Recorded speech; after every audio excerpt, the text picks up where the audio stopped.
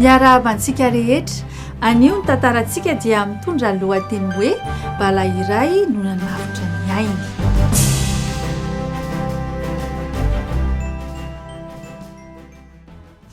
Tao amin'ny tafik'i Cromwell, ny fitsipika dia nitaky tamin'ny miaramila tsirairay ny hitondran'izy ireo eny aminy, boky iray ny Tenin'ny Soratra Masina.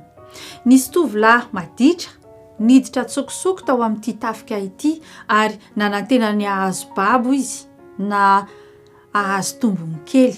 Toy ny namany dia voatery nitondra baiboly ihany izy miaraka aminy.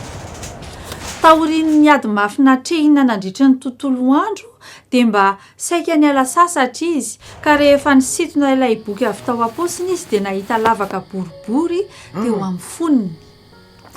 Notadiaviny ny antony ary hitany fa nisy bala tafiditra teo amin'ny am-paosiny tamin'ilay boky. Fanojanona teo amin'ny pejin'ny bokin'ny mpitory-teny toko 215 ilay bala.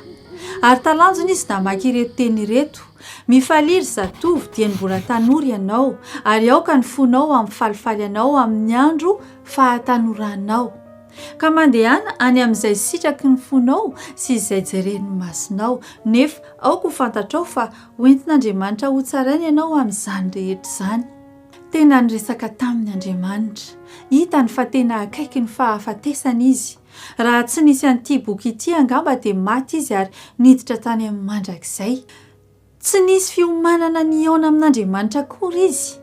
Tamin'io fotoan'io dia nino an Jesosy Kristy Mpamonjy avy hatrany izy ary nanomboka teo dia nanaraka an Jesosy tamin'ny fahatokisana tanteraka, hatramin'ny fahataperan'ny androny izay lava dia lava. Nolazainy tamin'ireo izay niaino azy fa ny baiboly no nanavotra ny vatany sy ny fanahiny. Tsy ny baiboly namonjy ny ainao toy izany tamin'ny fomba tena mahagaga, fa ny voasoratra ao anatiny no manana hery mahatalanjona trany hamonjena ny fanahinao ho any amin'ny mandrakizay. Ekeo aza ny hamaky ity baiboly ity sy ino azy.